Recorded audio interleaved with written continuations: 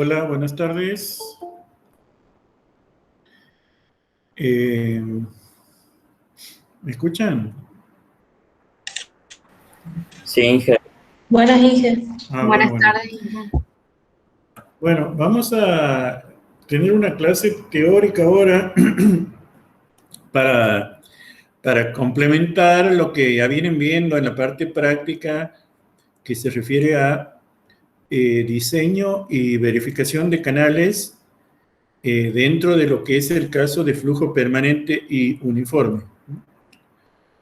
Entonces, les voy a empezar a compartir la pantalla.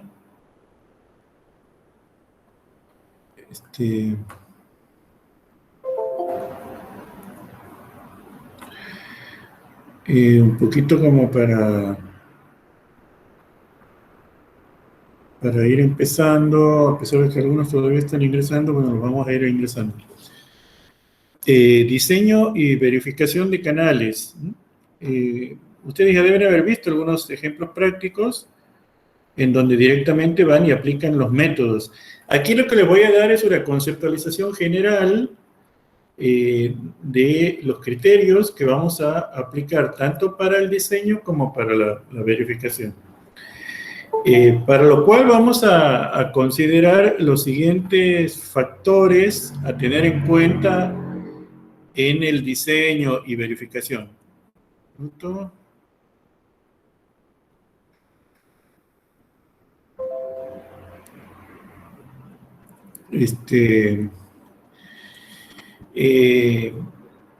Cuando nosotros hablamos de diseño en general, es un conjunto de tareas y de acciones que debemos llevar a cabo como ingenieros para arribar al cálculo de la forma y dimensiones del canal que resulten apropiadas para conducir un caudal dado. Eso es lo que sería el diseño propiamente dicho. Pero ese procedimiento, que parecería a priori como directo, tiene en cuenta una serie de factores o aspectos que son necesarios considerarse para optimizar ese diseño. Nosotros ponemos énfasis en este curso en los aspectos puramente hidráulicos, o sea, los relacionados con la mecánica del flujo. Pero también estamos condicionados o tenemos que tener en cuenta otros factores, por ejemplo, los factores topográficos y geotécnicos que tienen que ver con el terreno a través del cual va a discurrir ese flujo conducido por el canal. La parte topográfica se refiere a la plana y altimetría, es decir, el diseño en planta del canal y al diseño altimétrico, ¿verdad?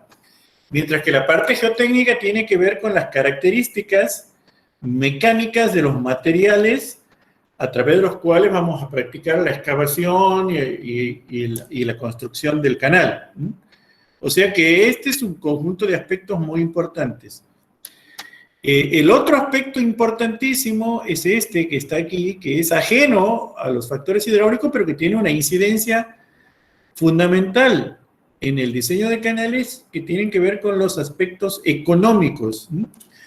El diseño que nosotros vayamos a hacer tiene que ser eficiente desde lo hidráulico, pero también tiene que ser óptimo desde lo económico, es decir, procurar que la construcción, la operación y el mantenimiento del canal sea, digamos, lo más barato posible.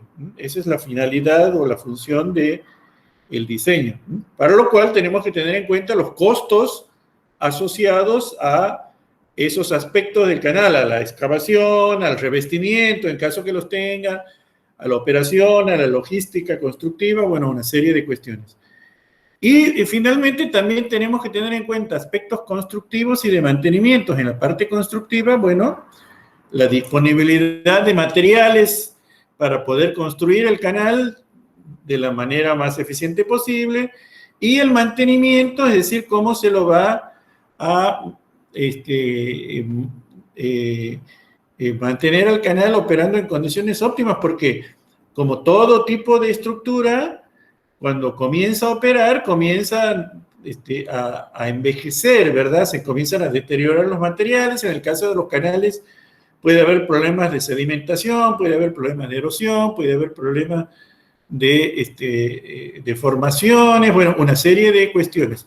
O sea, este grupo de aspectos es fundamental tenerlo en cuenta en el diseño.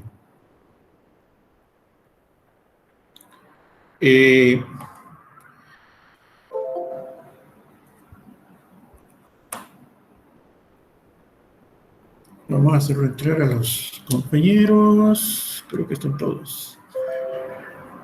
Bueno,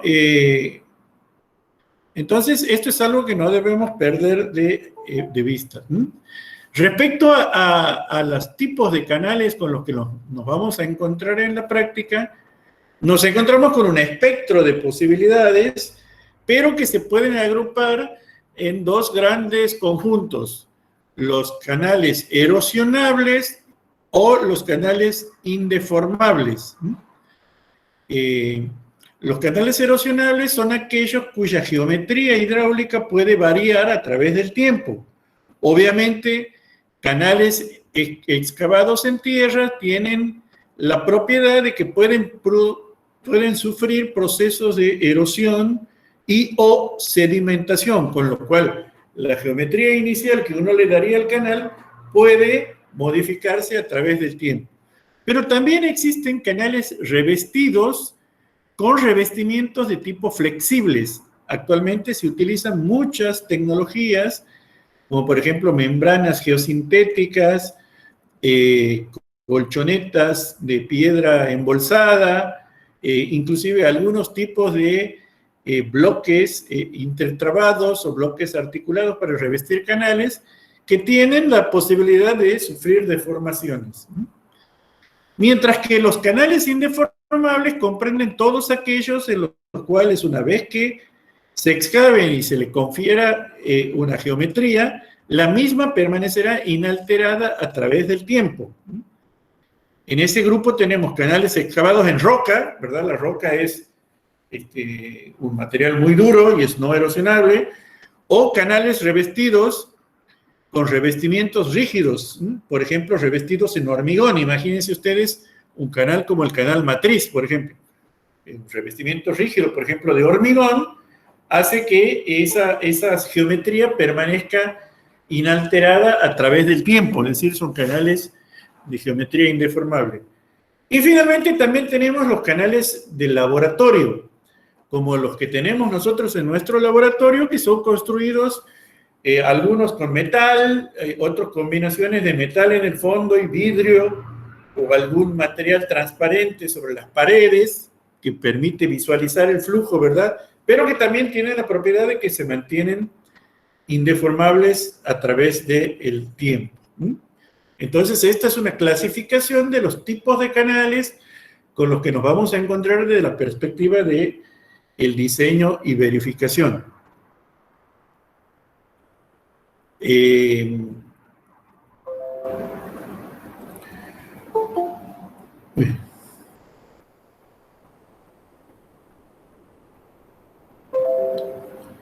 Vamos perdón.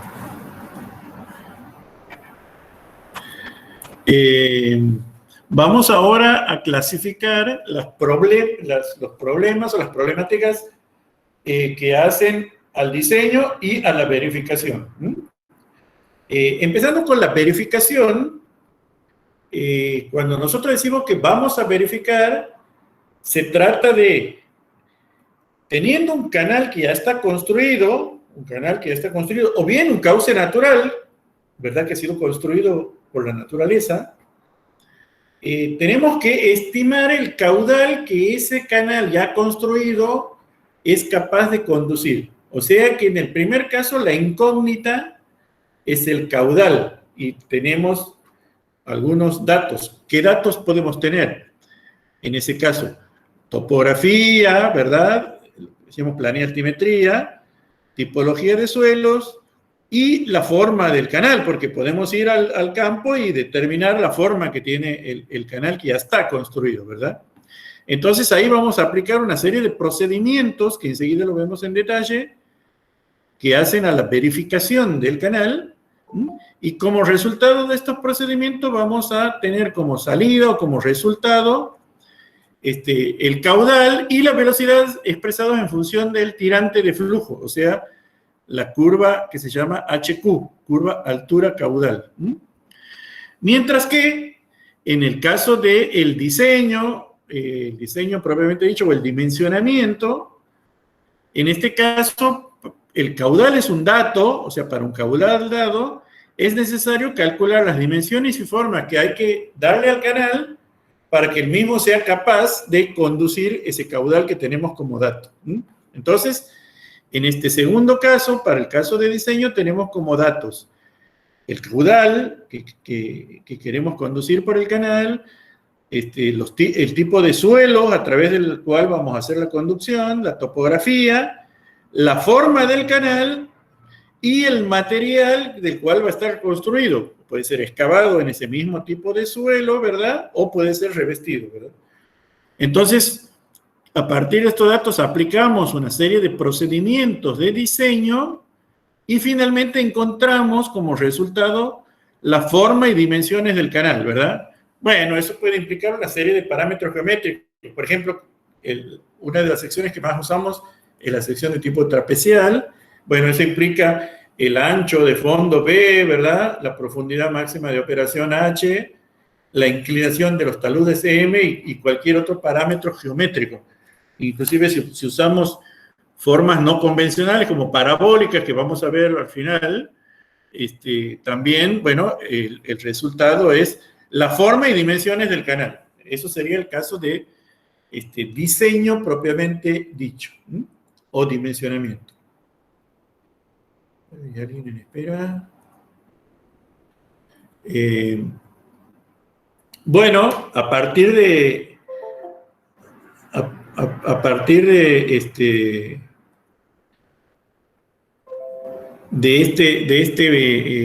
procedimiento de diseño, de diseño y verificación, vamos a empezar a desarrollar cada uno de estos dos subgrupos de problemas que podemos tener.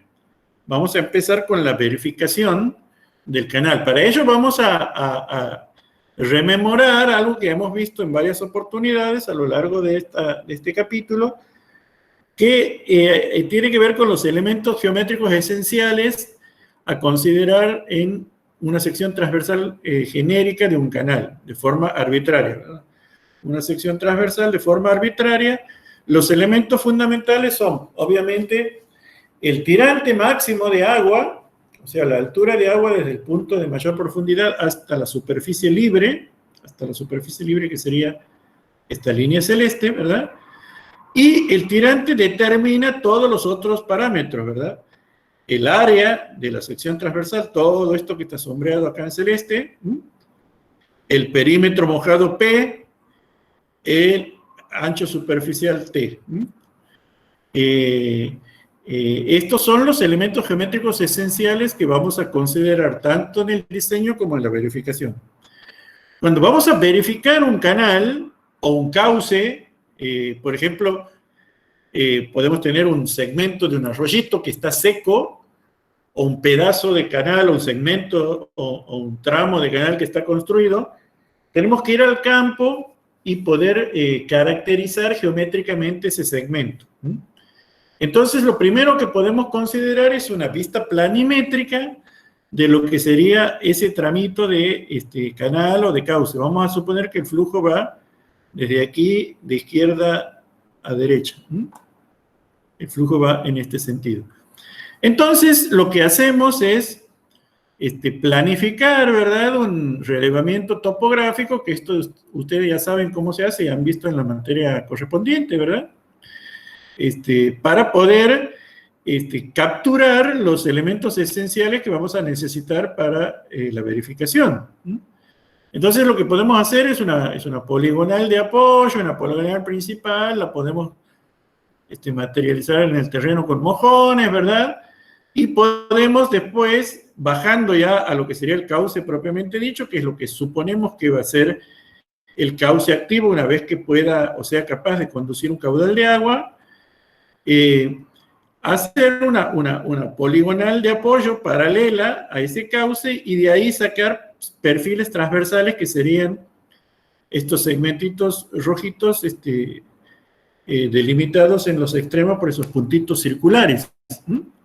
Entonces, para poder caracterizar todo el tramo, tomamos un conjunto, aquí tenemos en este caso 8 secciones transversales, ¿verdad?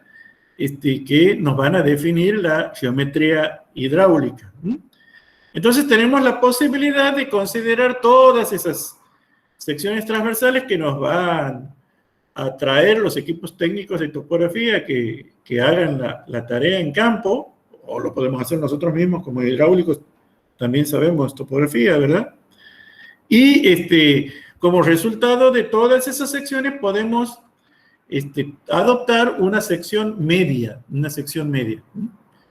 Y también, obviamente, podemos, como hemos medido las secciones transversales, dibujando el perfil longitudinal siguiendo el Talweg, o sea, el punto de mayor profundidad del canal.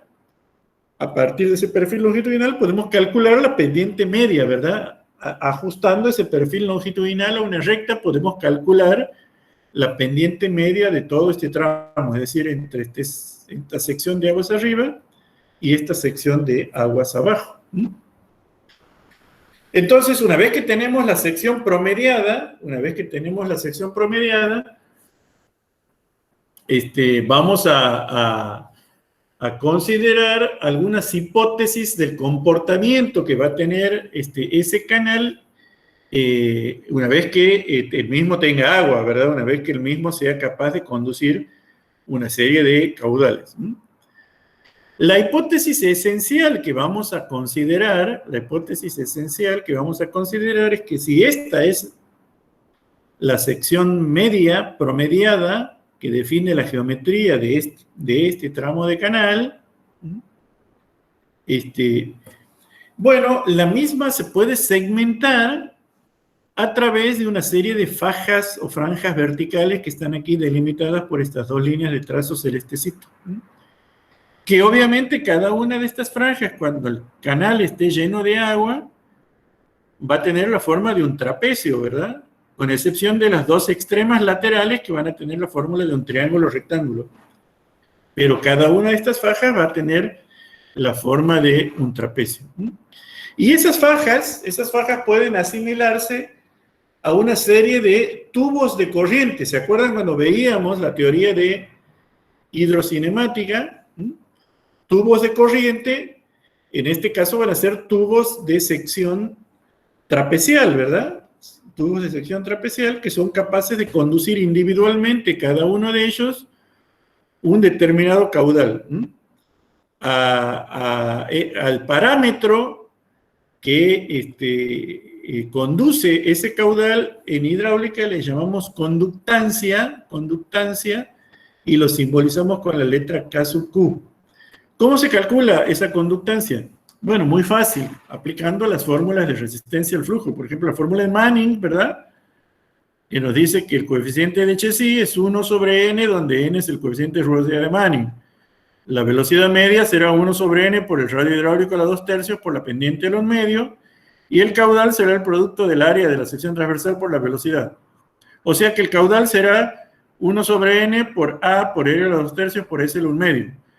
Entonces podemos agrupar este producto entre corchetes, 1 sobre n por a por r a la 2/3, que es una cantidad que depende exclusivamente de la geometría y de la rugosidad.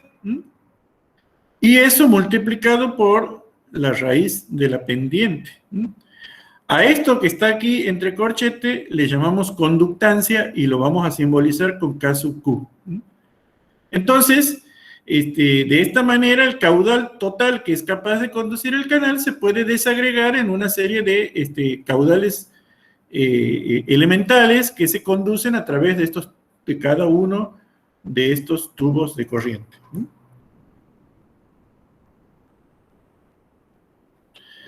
Bien. Uy, perdón.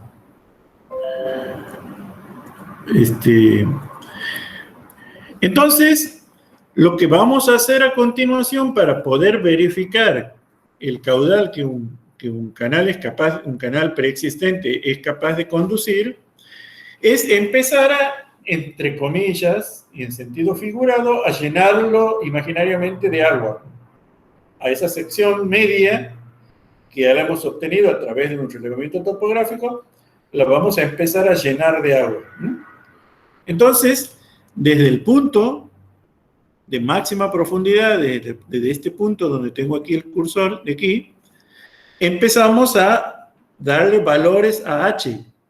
Por ejemplo, H sub 1. Vamos a suponer que para una condición hidráulica dada, el canal es capaz de conducir un caudal pequeño en el cual se llena hasta una profundidad K sub 1. Perdón, hasta una profundidad H sub 1, perdón. Entonces, la sección transversal en este caso será A sub 1, esta que está aquí sombreadita, ¿verdad? Y tendremos asociado, bueno, un perímetro mojado P sub 1 y una área A sub 1, a partir del cual podemos calcular el radio hidráulico como el cociente entre ambos, ¿verdad?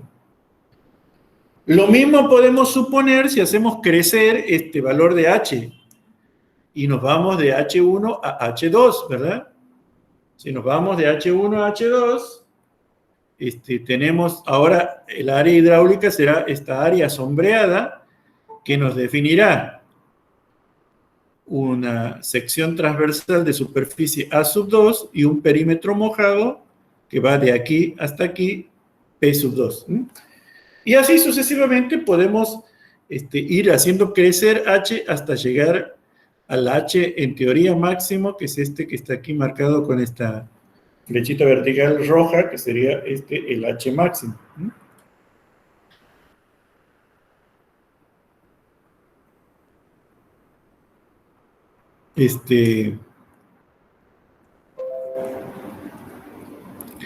Entonces, para H1 y H2, que serían cuando el H empieza a crecer, podemos plotear en un gráfico, ¿verdad?, las funciones geométricas que se llaman. Es decir, el H en función del área de la sección transversal. O sea, para H igual a 0, el área va a ser igual a 0, este va a ser el primer punto, ¿verdad? Para H igual a H1, el área 1, este va a ser el segundo punto. Para H igual a H2, el área A sub 2, tenemos este tercer punto. Y para el H, este máximo que habíamos puesto aquí, el área va a ser A, tenemos este punto. Entonces, con estos puntitos podemos ir trazando una curva que aproxima a la función geométrica del área de la sección transversal, que es una función continua, pero la podemos ir trazando de a segmentos. Obviamente que cuanto más valores le demos a H, estos segmentitos van a ser más cortitos y la curva va a estar mejor definida. Pero por lo general tiene esta forma, ¿verdad? Es una función continuamente creciente, la función de el área en función del tirante. Para el perímetro mojado podemos hacer lo mismo, ¿verdad? Tenemos los puntitos y vamos aproximando la función geométrica del perímetro mojado. Como decíamos, en la medida que refinemos esos incrementos de H, estas curvas quebradas que se ven aquí, se pueden hacer curvas continuas y el producto final va a ser H en función de A y H en función de P, las dos funciones geométricas, tanto para el área como para el perímetro mojado. Esta A como F sub A de H, esta anaranjada va a ser la función geométrica del área, y esta P en función de H, F sub P, va a ser la función geométrica del perímetro mojado. Vale decir que la forma y las características de estas funciones geométricas son las que determinan la geometría de la sección transversal. Imagínense ustedes, esto lo podemos hacer para geometrías cualquiera, ¿no? Para cualquier forma. Ahora, hay algunas formas que son más fáciles que otras. Por ejemplo, la trapecial, que utilizamos mucho nosotros en hidráulica. En el caso de la trapecial, el área en función de h, ¿se acuerdan? Era b por h más m h cuadrado. O sea, como h es la variable, el área va a ser una parábola, ¿verdad? Esta va a ser una parábola para el caso de secciones trapeciales. Mientras que el perímetro mojado, ¿verdad? Para secciones trapeciales es b, que es una constante, el ancho de fondo, más 2 veces la raíz cuadrada de 1 más m cuadrado, donde m es la inclinación de los taludes, por h. O sea, es algo más algo por la variable, o sea, es una recta, ¿verdad? Esta curvita celeste, en el caso de las secciones trapeciales, va a tender hacia una recta. Para las otras secciones puede adquirir formas diferentes. Pero en el caso de las trapeciales, el área varía parabólicamente con el tirante y el perímetro mojado varía linealmente con el tirante. Bien, entonces lo que podemos hacer ahora es una representación conjunta entre el área entre la sección transversal dibujada en escala conveniente y aquí al lado, ¿verdad? Las curvas para variables desde el tirante igual a 0 hasta el tirante igual al tirante máximo, ¿verdad? La curva de área y la curva de sección transversal. Entonces, ahora vamos a tratar de construir lo que se llama las curvas características que nos van a permitir verificar el canal.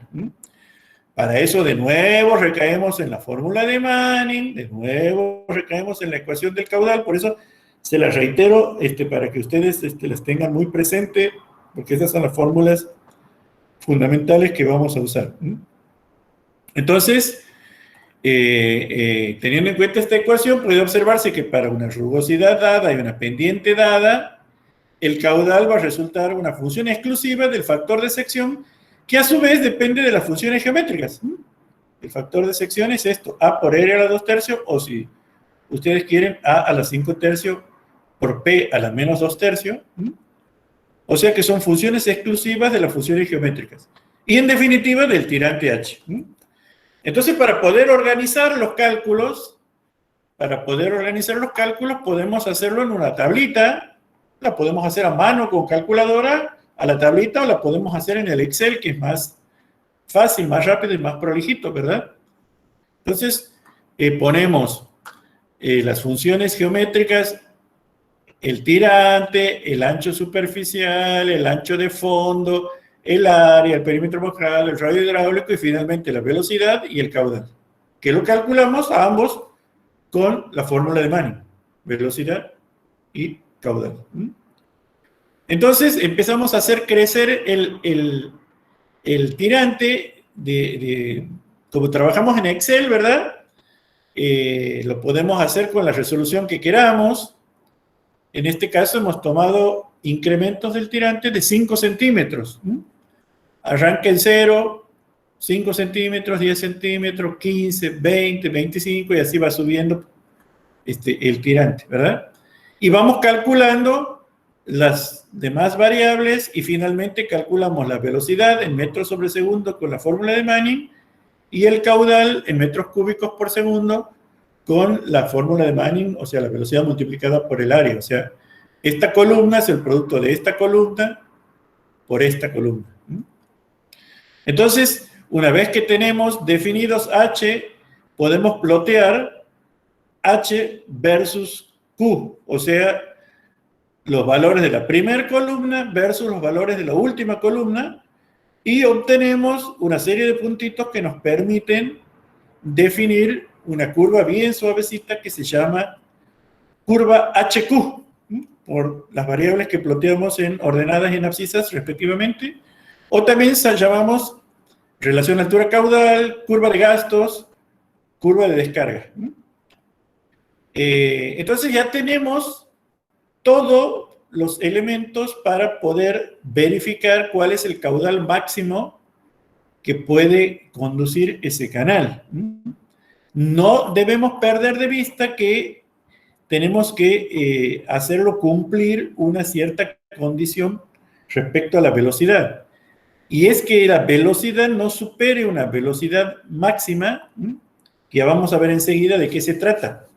En el caso de canales que no tengan revestimiento, esa velocidad máxima tiene que ser una velocidad que evite la posibilidad de que se produzcan procesos de erosión. Cuando la velocidad es muy elevada y el canal es un canal sin revestir, excavado en tierra, ¿verdad?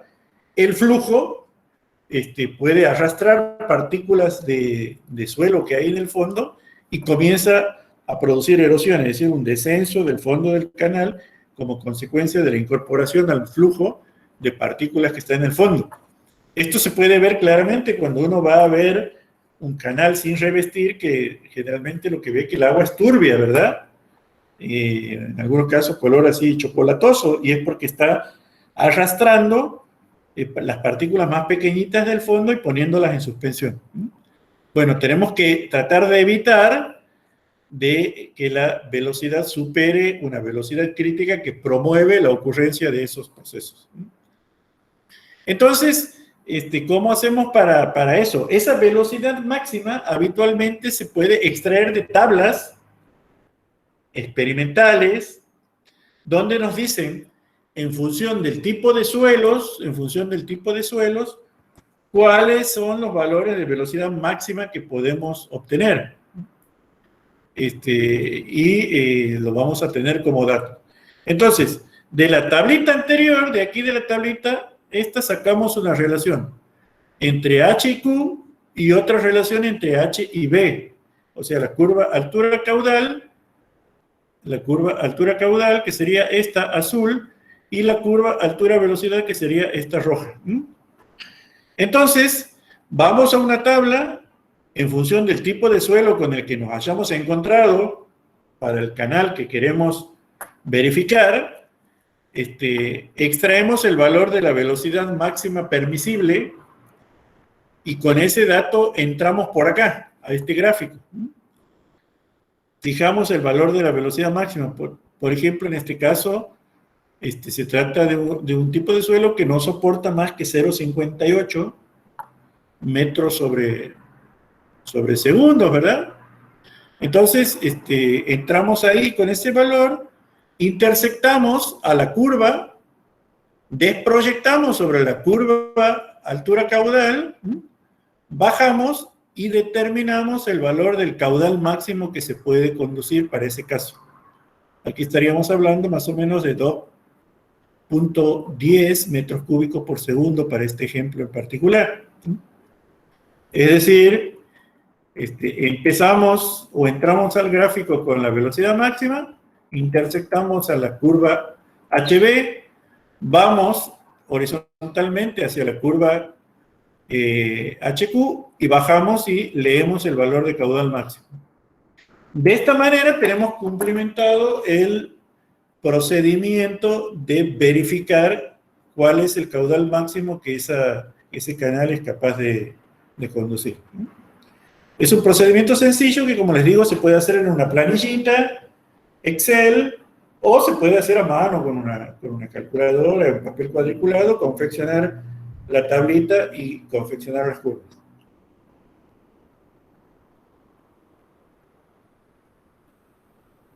No sé si tienen alguna pregunta, algún comentario. Esto es lo que sería la parte de verificación. ¿Está claro? ¿Está claro, Inge? Sí. Bueno. Vamos a ver ahora la otra parte. Si ustedes recuerdan, uno comprendía la verificación, que se trataba de establecer o estimar el caudal que el canal es capaz de conducir. Vamos ahora al diseño de canales. El diseño de canales nos lleva a un universo un poquito más complejo que en el caso anterior, porque tenemos toda una serie de posibilidades que cumplir para finalmente arribar a asignarle a un canal dimensiones que sirvan para y que el mismo sea capaz de conducir ese caudal que tenemos como dato. Entonces, aquí he confeccionado un listadito de los aspectos a tener en cuenta para diseñar un canal. Primero, el tipo de flujo y el caudal que vamos a conducir por el canal. Ese es el dato esencial, el valor de Q, el valor del caudal que vamos a conducir por el canal. Y el tipo de flujo. Nosotros aquí estamos considerando flujo permanente y uniforme, que es el tipo de flujo con el que habitualmente se diseñan los canales. Después vamos a ver que en algunos problemas especiales podemos tener otros tipos de flujo, flujo permanente variado o flujo no permanente. Pero siempre tomamos como referencia el flujo permanente y uniforme, lo que llamamos el FPU, ¿verdad? El caudal es el dato esencial. El otro aspecto a tener en cuenta es la topografía del terreno a través del cual vamos a construir el canal. En base a esa topografía y una serie de consideraciones de diseño, definimos la pendiente longitudinal que le vamos a dar al canal.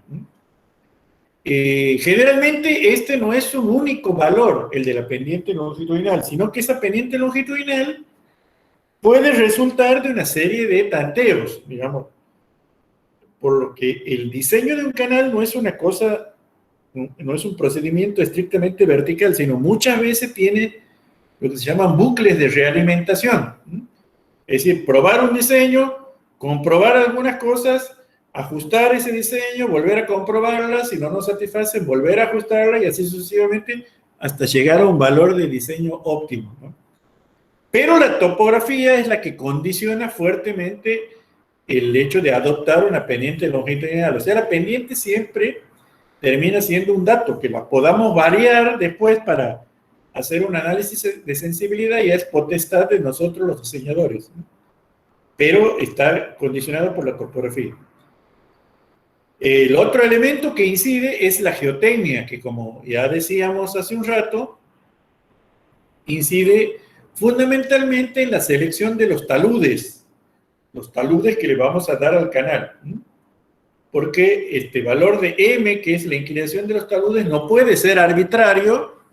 ¿Por qué? Porque en función de las propiedades de ese suelo establecido por la geotecnia, tenemos que adoptar un valor de L de manera tal que podamos hacer la excavación sin que el talud se nos desmorone, ¿verdad? Sin que el talud se nos desmorone. O sea que este M está condicionado fuertemente por la geotecnia. Y los materiales de construcción que definen el tipo de canal. Como nosotros hemos dicho, los canales pueden ser sin revestir, es decir, excavados en el suelo local con el que nos encontremos, o revestidos. O sea que los materiales de construcción juegan un rol preponderante. ¿Por qué? Porque en definitiva son los que definen el valor de la rugosidad, o sea, los valores, el valor que le vamos a dar al n de Manning, el coeficiente de rugosidad. Este n de Manning puede adoptar valores, ya vamos a ver enseguida, y seguramente ustedes ya lo han visto en la práctica, para canales excavados en tierra, o para canales revestidos de hormigón, o canales revestidos con membranas, o con colchonetas, con gaviones, con lo que fuera. Entonces, el tipo de material define el coeficiente de rugosidad N. Y finalmente, el producto del diseño es la geometría de la sección transversal. O sea, la forma y dimensiones que va a tener la sección transversal. Como decíamos, la geometría más empleada es la geometría trapecial, pero puede haber otras geometrías alternativas para las cuales vamos a aplicar una metodología de diseño general y la vamos a resolver de acuerdo a la geometría que finalmente adoptemos. Por caso, si fuera trapecial, bueno, el producto final es el ancho del canal B, el tirante H y algunas otras cuestiones, por ejemplo, el resguardo o revancha, que sería una altura suplementaria al tirante para evitar que el canal se desborde ante posibles perturbaciones, como por ejemplo oleaje inducido por viento, oleaje inducido por embarcaciones o incrementos estacionales de la rugosidad, propiciadas por la aparición de vegetación en determinadas épocas del año. Bueno, siempre se le da un resguardo o revancha, o algunos autores le llaman libre bordo o libre borde, que sería un adicional al tirante. Eso también es un parámetro de diseño y generalmente se adopta en función de la importancia relativa del canal y de algunas otras características como una fracción del tirante. O sea, un 5%, un 10%, un 15% del tirante como revancha o resguardo. Bueno, y tenemos que todo este procedimiento de diseño va a estar condicionado por una serie de restricciones múltiples. Estas restricciones pueden ser de naturaleza hidráulica, de naturaleza económica, de naturaleza operativa o algunas otras. Las más importantes, obviamente, son las restricciones hidráulicas y las restricciones económicas que pasamos a verlo en un ratito. Desde el punto de vista de las características hidráulicas, siempre tenemos que recordar esta transparencia que tenemos aquí, esta filmina, esta placa, que nosotros estamos hablando de un segmento de canal que tiene unas propiedades, ¿verdad? Y aplicamos la fórmula de Manning para definir el caudal en términos de la rugosidad, de la geometría y de la pendiente. Esto es fundamental que lo tengamos presente. Las restricciones hidráulicas más importantes tienen que ver con las restricciones que se imponen para la velocidad media del flujo. Nosotros siempre vamos a estar condicionados, tanto inferior como superiormente, por valores de la velocidad que tenemos que evitar que el canal opere con valores que se salgan dentro de este intervalo.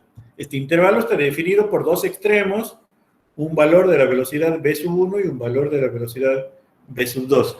Siendo v sub 1 el valor mínimo de la velocidad, que conceptualmente es un valor de la velocidad que no produce sedimentación. Por eso le ponemos este subíndice NS, algo así como una velocidad no sedimentaria.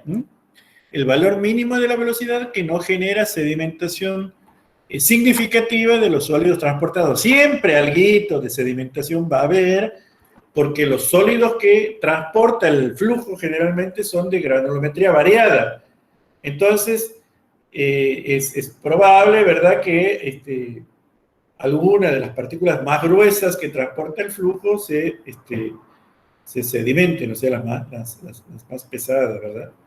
Pero tiene que ser mínima esa sedimentación, porque si no, comienza a producirse un recrecimiento del fondo del canal y, por tanto, un achicamiento de la sección transversal y se va perdiendo capacidad de conducción. Y el canal puede desbordar. Y en el otro extremo tenemos esta v sub 2, que sería la velocidad máxima, que es una velocidad no erosiva, de la cual ya hemos hablado hace un ratito en la verificación de canales, ¿verdad? Por eso le ponemos este subíndice NE, que sería el valor máximo de la velocidad media que no produce erosión tanto en el lecho como en las márgenes. O sea que la velocidad no puede ser muy alta, porque si es muy alta comenzamos a generar erosión, tanto en los laterales como en el fondo del canal. O sea que la velocidad tiene que estar contenida entre estas dos cantidades v sub 1 y v sub 2. ¿Y cómo hacemos en la práctica para tener idea de cuánto valen v sub 1 y v sub 2?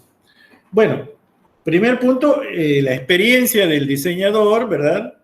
Y el conocimiento del lugar donde va a diseñar el canal y demás es muy importante.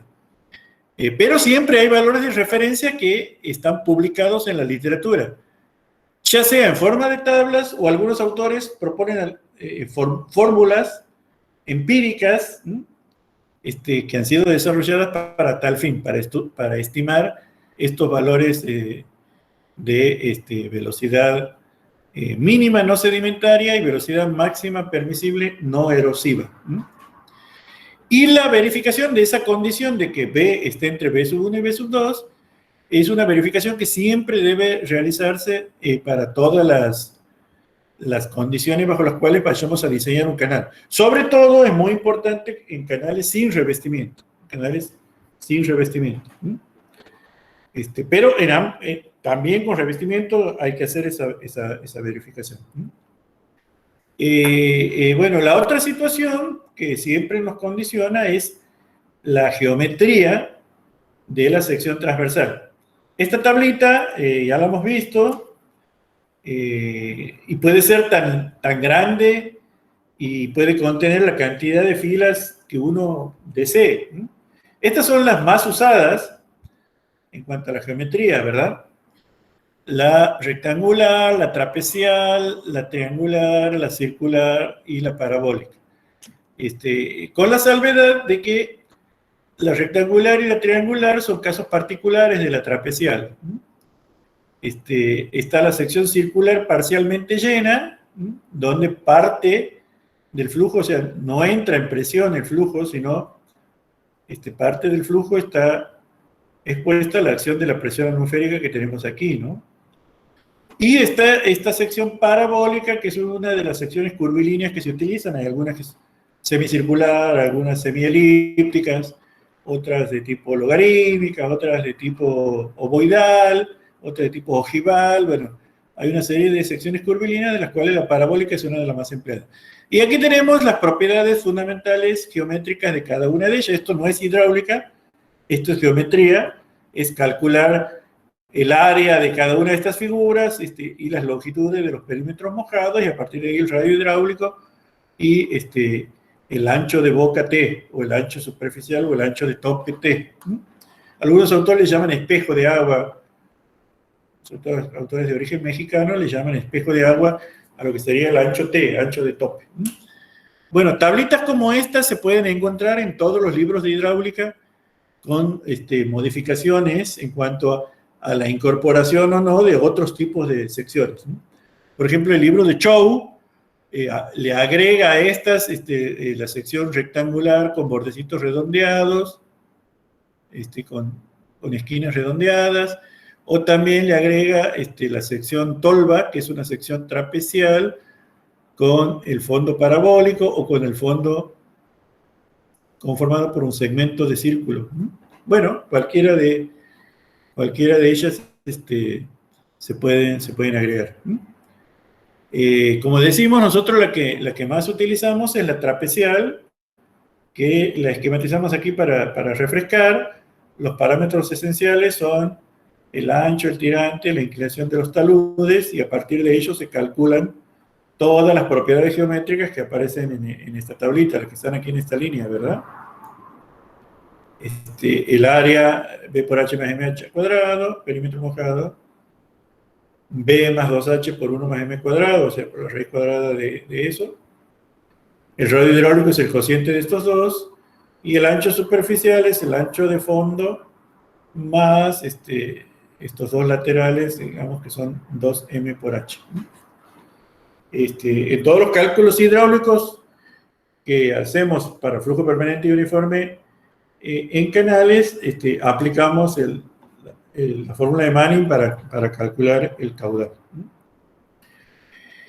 ¿Qué pasa con el caso de los canales revestidos? ¿Y cómo se aplica una de las restricciones que habíamos mencionado hace un ratito en cuanto a la economía?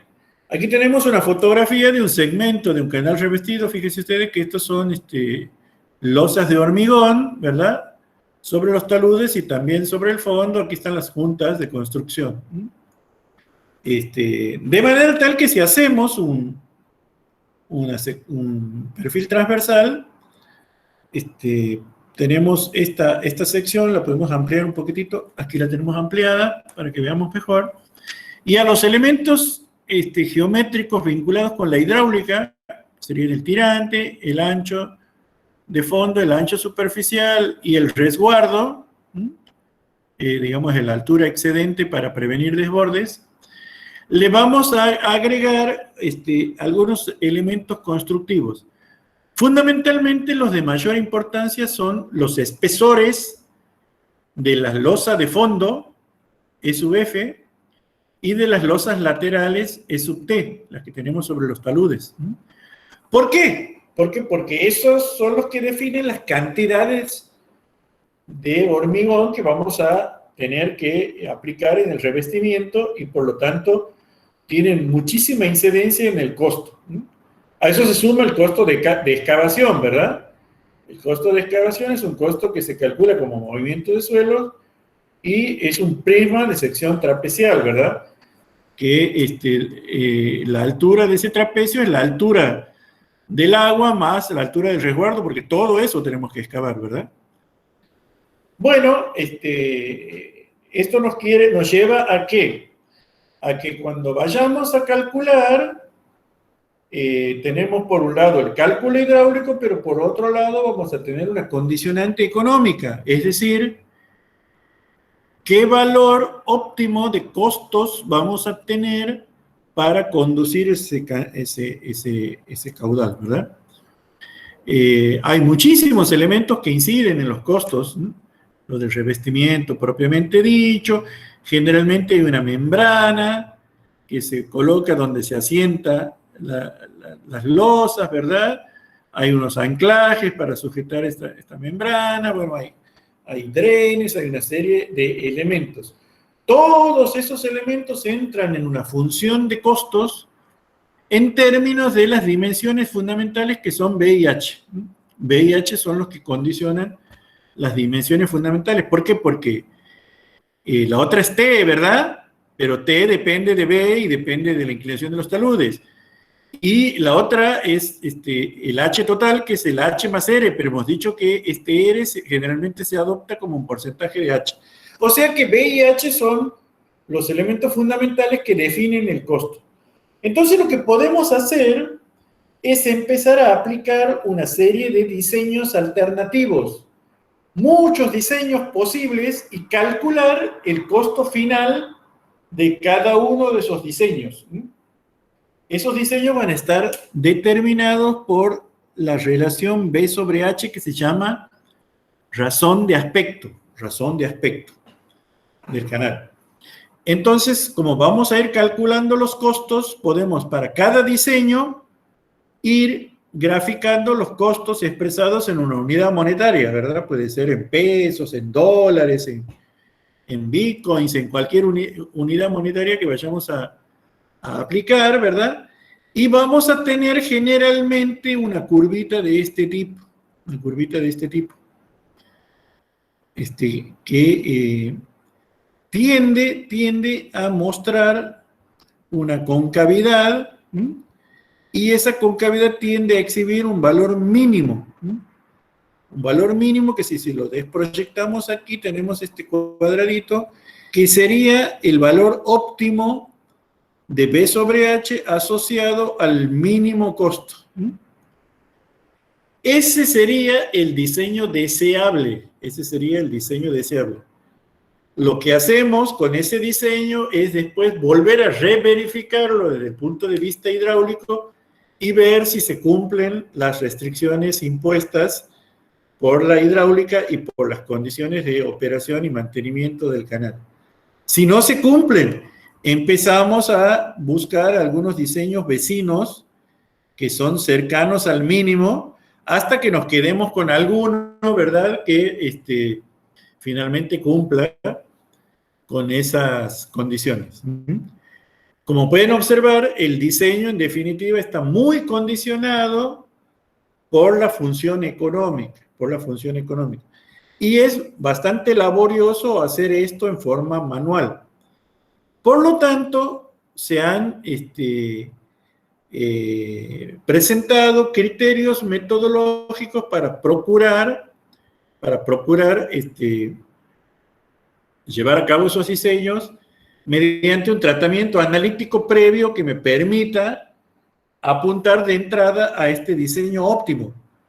Y para eso se utiliza un criterio económico basado en funciones de optimización apoyadas en la teoría de máximos y mínimos condicionados, que estimo deberían haber visto algo en matemática aplicada. Me voy a salir momentáneamente de este PowerPoint y vamos a ir a este apuntecito de mi autoría, que después se los paso por mail, que habla de un criterio económico para el proyecto de canales revestidos. Entonces aquí esto les recomiendo después leerlo, ¿verdad? Están los elementos hidráulicos, las ecuaciones de Chesir, de Darcy, de Manning, o una ecuación genérica para la resistencia al flujo, ¿verdad? Finalmente, usamos nosotros en este curso la ecuación de Manning, que sería esta, que la podemos expresar en términos de este factor de sección Z sub S, y teniendo en cuenta las funciones geométricas de la sección trapezial. Estamos usando la sección trapezial revestida de hormigón, ¿no?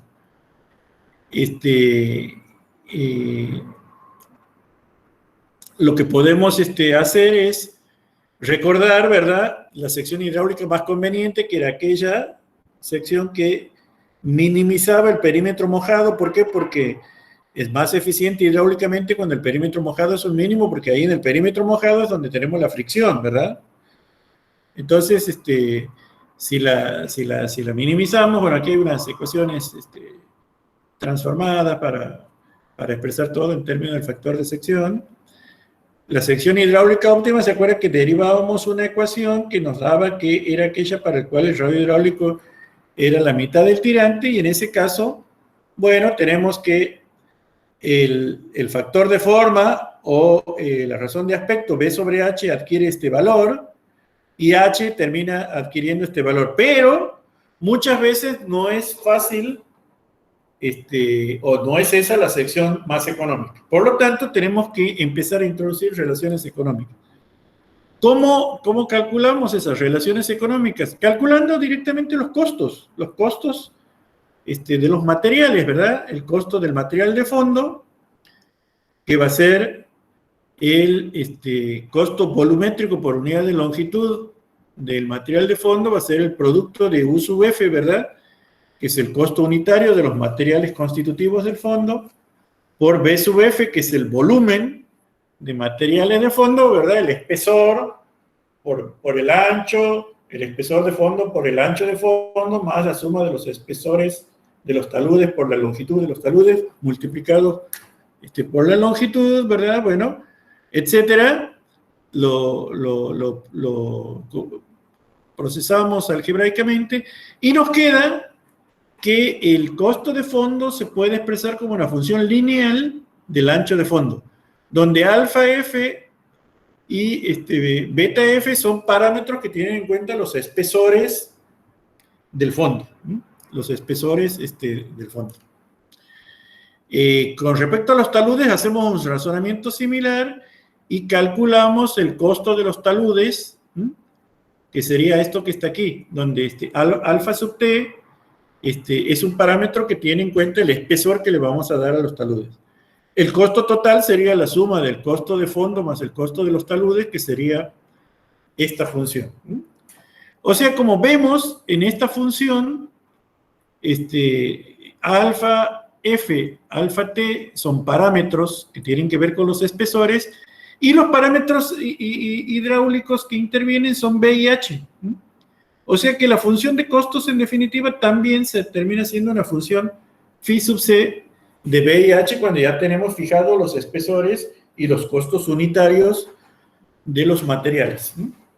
Entonces, podemos hacer un análisis basado en la teoría de los multiplicadores de Lagrange, que es un método que se aplica para calcular máximos y mínimos condicionados. Es decir, la función de costos tiene que tender a un mínimo sujeto a la restricción impuesta por el cumplimiento de la condición hidráulica de continuidad. Fórmula de Manning. Factor de sección menos n por q sobre s al 1 medio igual a 0. Entonces, la función lagrangiana sería esta que está aquí. La función de costo más lambda por la función hidráulica. donde lambda es un multiplicador de Lagrange que lo tenemos que determinar, porque es indeterminado, o en su defecto hacerlo desaparecer del análisis mediante una simplificación. Entonces, la condición de que el costo sea, de que la función sea mínima, la que función lagrangiana sea mínima, impone que la derivada parcial de la función respecto al ancho sea igual a 0 y la derivada parcial de la función respecto al girante sea 0. Si desarrollamos, tenemos que la derivada de phi sub c respecto a b más lambda por la derivada de phi sub h respecto a b igual a 0, y lo mismo aquí, respecto a h, ¿verdad? La derivada de phi sub c respecto a h más lambda por la derivada de phi sub c respecto de h, de phi sub h respecto de h es igual a 0. Aquí, estas dos ecuaciones, lo que hacemos, despejamos lambda de la primera y despejamos lambda de la segunda y las igualamos entre ellas y con esas nos eliminamos al multiplicador de lambda, que no sabemos cuánto vale. Pero nos queda esta condición. Nos queda que este cociente entre estas derivadas tiene que ser igual al cociente entre estas otras derivadas. Y a cada una de esas derivadas las podemos calcular, ¿verdad? Las podemos calcular a cada una de estas derivadas porque todas dependen de BH, alfa F, alfa T, ¿verdad? Y B sub F, beta sub F, ¿verdad? Entonces aquí están calculadas todas las derivadas, las reemplazamos dentro de esta ecuación, y nos queda una ecuación larguita, ¿verdad? Que la manipulamos algebraicamente y finalmente nos resulta en esta. Esta ecuación 46 es la ecuación fundamental que resulta de este análisis. Para simplificar la notación, lo que hacemos es agrupar todos los parámetros. Las variables son h y b, ¿verdad? Le llamamos C1 a este primer parámetro, ¿verdad? Que está aquí entre corchetes. Le llamamos C2 a este segundo parámetro que está aquí entre corchetes. Y C3 a este tercer parámetro, que sería 5 por alfa F sobre alfa T. Aquí está C3. Y le llamamos eta a la recíproca de la razón de aspecto, a la relación entre H sobre B. De manera tal que esta ecuación, que parecía muy larga, nos queda expresada como una ecuación cuadrática. C1 por eta cuadrado más C2 por eta más C3 igual a 0, que eso ustedes de álgebra elemental saben resolver, ¿verdad? Una ecuación del tipo ax cuadrado más bx más c igual a 0, ¿verdad? La solución de esa ecuación es menos b más menos la raíz cuadrada de b cuadrado menos 4ac sobre 2a. Bueno, expresado en términos de nuestras cantidades es esta. Nos quedamos únicamente con la raíz positiva, porque no tiene sentido físico un valor negativo de eta, ¿verdad? Nos quedamos con la raíz positiva y esta sería la solución. Y con eso resolvemos el problema porque ya tenemos el valor de h sobre b, lo damos vuelta y el valor de b sobre h óptimo, que es el que buscábamos, ¿verdad? Para la curva esta decreciente. La curva esta que presentaba un mínimo. Podemos hacer un ejemplito de diseño aquí, en este apuntecito está, justamente con un diseño de un canal de riego terciario, que son los típicos que utilizamos aquí en la provincia, que son canales que conducen caudales del orden de 1 metro cúbico por segundo. Hay un canal terciario muy conocido aquí, que es el Maco Manogasta, que queda aquí cerquita para cuando ustedes van ahí a la feria esa de Upianita, por el costado de la ruta se lo ve. Bueno, es un canal que tiene estas características, que ha sido usado para este ejemplo. Se trata de dimensionar un canal de riego revestido en hormigón para conducir un caudal de 1 metro cúbico por segundo con una pendiente longitudinal de 0,4 por 1000. El mismo se excavará en un suelo de buenas condiciones geotécnicas. Ahí en esa zona tenemos un suelo CLML, limo arcilloso. Por lo que resulta factible asignarle a sus taludes una pendiente transversal de 45 grados. La tangente de 45 es 1, ¿verdad? Son taludes 1, 1, 1.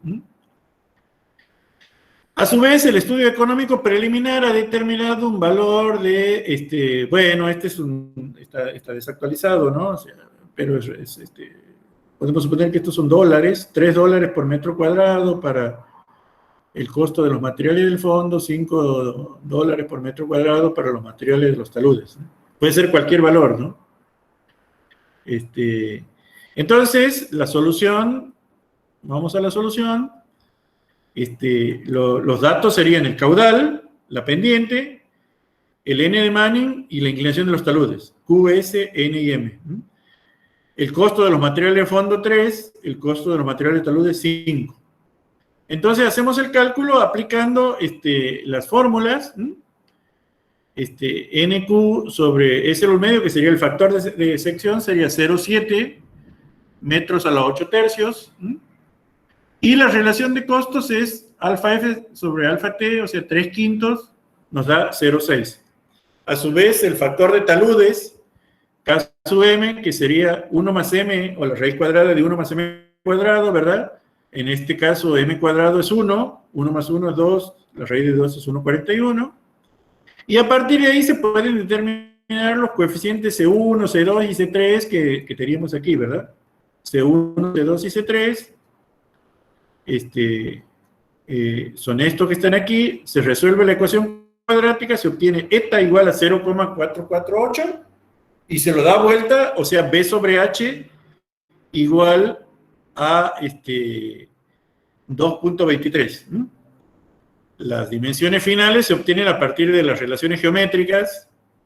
Estas nos da para H 0,63 y para B 1,406. Y este es el diseño que obtenemos para la sección transversal. Un ancho de fondo de 1,41 y una altura de 0,63 metros, que es el tamaño que resulta de este canal para la condición impuesta que sea la sección más económica.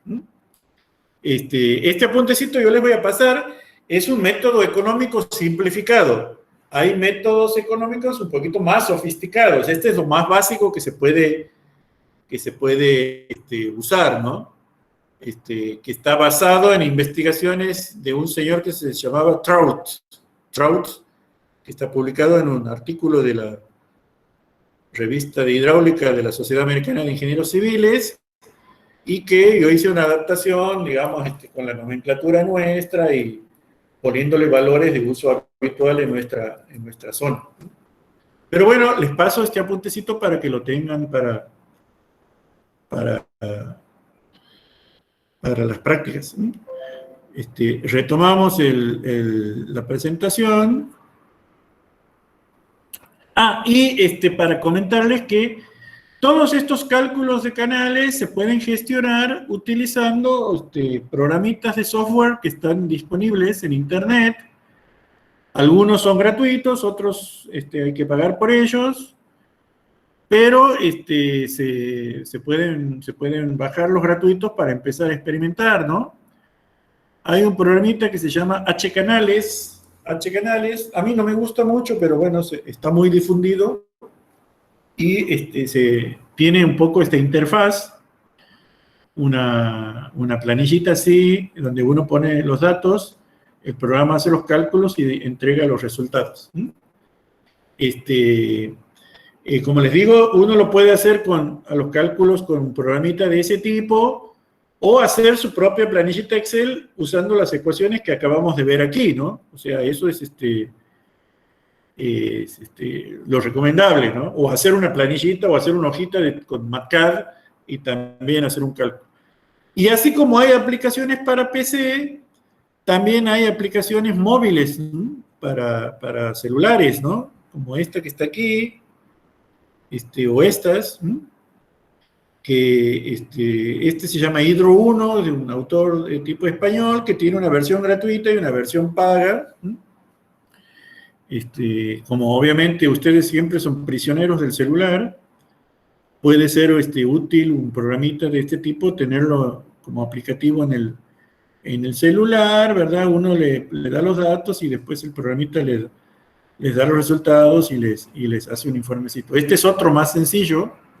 Hydro 1 es bastante completo. Por caso, aquí está aplicado un ejemplito para calcular el flujo a través de una cuneta de un camino, que termina siendo un canalcito triangular, ¿verdad?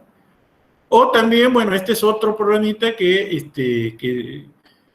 tiene estaba solo para Mac, pero ahora también está para Android, que se puede buscar. Ustedes ahí en el Play Store pueden buscar, digamos, cálculo canales como palabras clave o diseño canales y les va a dar estos aplicativos. Bueno, esto es lo que sería el diseño de canales indeformables. Vamos a ver ahora canales sin revestir, canales excavados en tierra. Esto, como les digo, plantea un universo de posibilidades a tal punto que se pueden dictar cursos enteros nada más que sobre diseño de canales sin revestir. Yo les voy a dar aquí unos elementos esenciales súper básicos para diseñar unos canales sin revestir. ¿Y qué procesos tenemos habitualmente observados en esos canales sin revestir? Bueno, es que esos canales no son muy eficientes para conducir agua por distancias muy largas. ¿Por qué? Porque tienen el problema que generan pérdidas. Pérdidas por evapotranspiración. En los canales revestidos también hay pérdidas por evaporación. En este caso son pérdidas por evapotranspiración.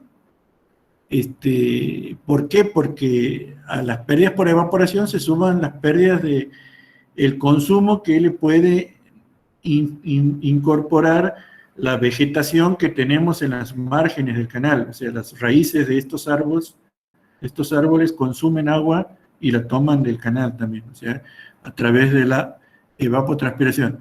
Y tenemos pérdidas por infiltración. Por lo tanto, en un tramo de canal, generalmente el caudal que ingresa no es el mismo que egresa de ese tramo porque parte, obviamente, se escapa por los laterales del canal, sea por todo el fondo, los taludes, y por arriba, por el techo del canal, que sería la superficie libre. Sin embargo, habida cuenta de las simplificaciones, nosotros vamos a diseñar adoptando un caudal único. Entonces vamos a hacer abstracción de las pérdidas en el diseño. Pero cuando las tiradas son largas, las longitudes son largas, muchas veces es necesario calcular estas pérdidas. Y vamos a hacer uso de las velocidades permisibles, de las que venimos hablando y para las que habitualmente yo les decía que usábamos tablas. Las tablas más difundidas, las más populares, son estas que aparecen aquí en esta filmina, que son las publicadas por Fortier y Scoville.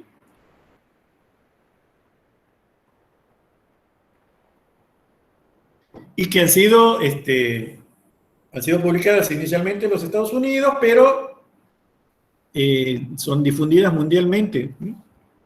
Inclusive en muchos libros rusos o de la antigua Unión Soviética, como este de Krochin, que se llama diseño hidráulico, bueno, uno puede encontrar estas tablitas. La tabla es muy sencilla, nos dice que la velocidad máxima permitida, según Fortier y Scoville, en canales que sean no recubiertos de vegetación, dependen del material fundamental del cajero del canal. Entonces aquí nosotros tenemos el material, o sea, el suelo que vamos a tener componiendo el canal, o sea, el suelo en el cual excavamos el canal. Y tenemos aquí todo un listado de los posibles tipos de suelo con lo que nos podemos encontrar en la práctica. Arena fina coloidal, suelo franco arenoso no coloidal, suelo franco limoso no coloidal, limos, arcillas, ¿verdad? Hasta gravas gruesas y guijarros. Tenemos el valor del N de Manning y los valores aquí de la velocidad máxima permisible, teniendo en cuenta las características del agua que está siendo conducida. si el agua es completamente limpia, si el agua está transportando partículas finas coloidales, o si el agua está transportando material granular. O sea, 3 valores de velocidad dependiendo de las características del agua que está siendo conducida. Generalmente conviene adoptar un valor intermedio, conviene adoptar, si no tenemos datos, ¿no? Este valor, o eventualmente este valor, porque es casi imposible que usemos un canal sin revestir para conducir agua limpia. Pero bueno, en el caso de que tengamos la posibilidad de hacerlo, estos son los valores de las velocidades permisibles que tenemos que adoptar. Aparte de estos valores de Fortier y Scobey, hay otros valores publicados por otros autores. Por ejemplo, está esta publicación de Bolinaga, que es un autor venezolano, en el año 79, donde en este caso publica los valores de velocidades permisibles, pero considerando la presencia de vegetación. Considerando la presencia de vegetación, que puede ser vegetación arbustiva o vegetación herbácea, ¿no? A diferencia de lo de Scobey, que decía no recubiertos de vegetación. Bueno, en este caso, cuando tenemos canales con vegetación, podemos usar los valores publicados por Bolinaga, y aquí están para aguas claras y distintas condiciones de vegetación, aguas con sedimentos y ninguna vegetación. Estos deberían ser más o menos coincidentes con los de Scobey, con los de Fortier y Scobey, y aguas con arrastre y ninguna vegetación, que serían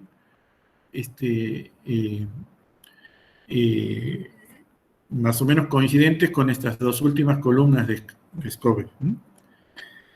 Y también tenemos publicaciones de algunos otros autores para el caso de canales revestidos. Esto va como un paréntesis, ¿no?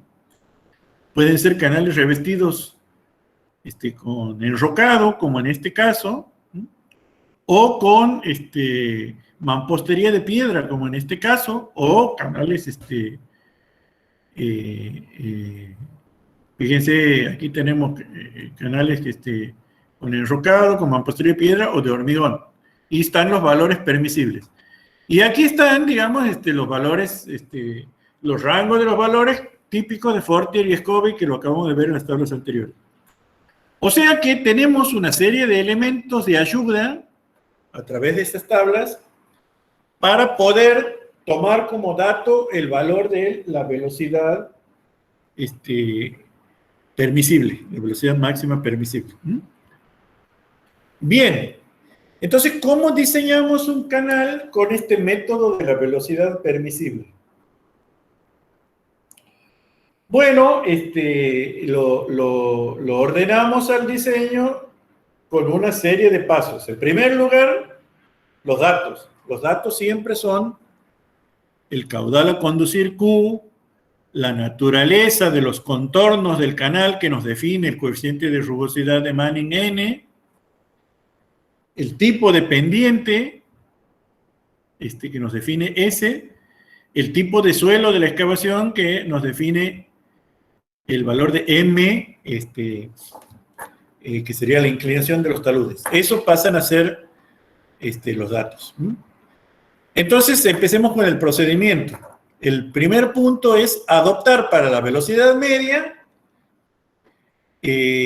un valor de velocidad máxima permisible, tomando la tabla de Fortier y Scobey o alguna de las que hemos visto, teniendo en cuenta las condiciones en las que va a operar el canal, si va a tener o no vegetación, y las condiciones en las que va a circular el agua, si va a transportar o no materiales, y en el caso que transporte, si son materiales son finos, o sea, coloidales, o si son gruesos, granulares.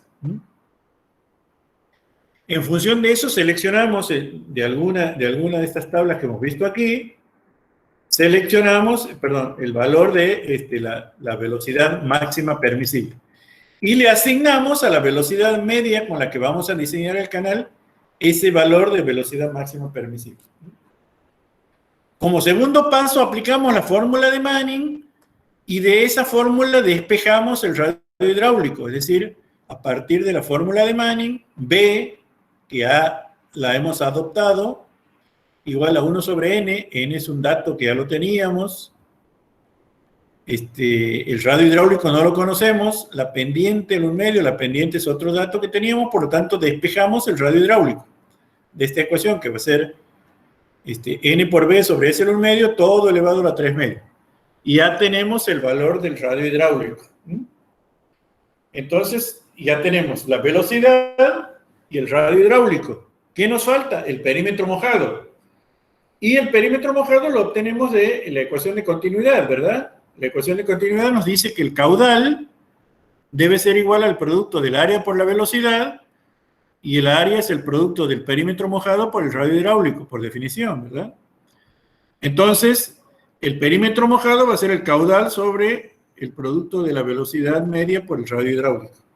Y ya tenemos el perímetro mojado. Entonces, ahora tenemos el perímetro mojado, tenemos el radio hidráulico y tenemos la inclinación de los taludes.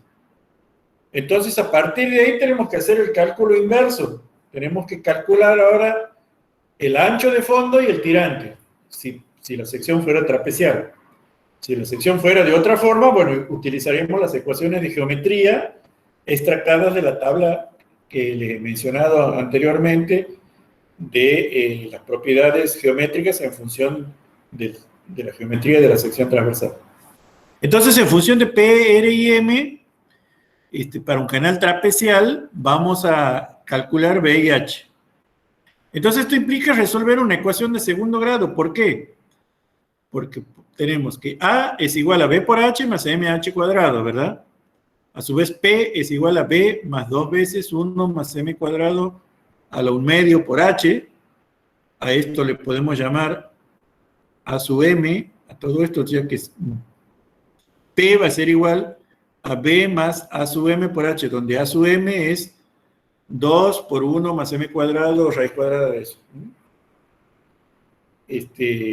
A partir de esta última ecuación, a partir de esta, podemos despejar B. Nos va a quedar que B es igual a P menos A sub M por H. Si reemplazamos el valor de P ahí, el valor de B, perdón, en la ecuación del área, vamos a tener que el área es igual a P por H menos A sub M por H cuadrado más MH cuadrado.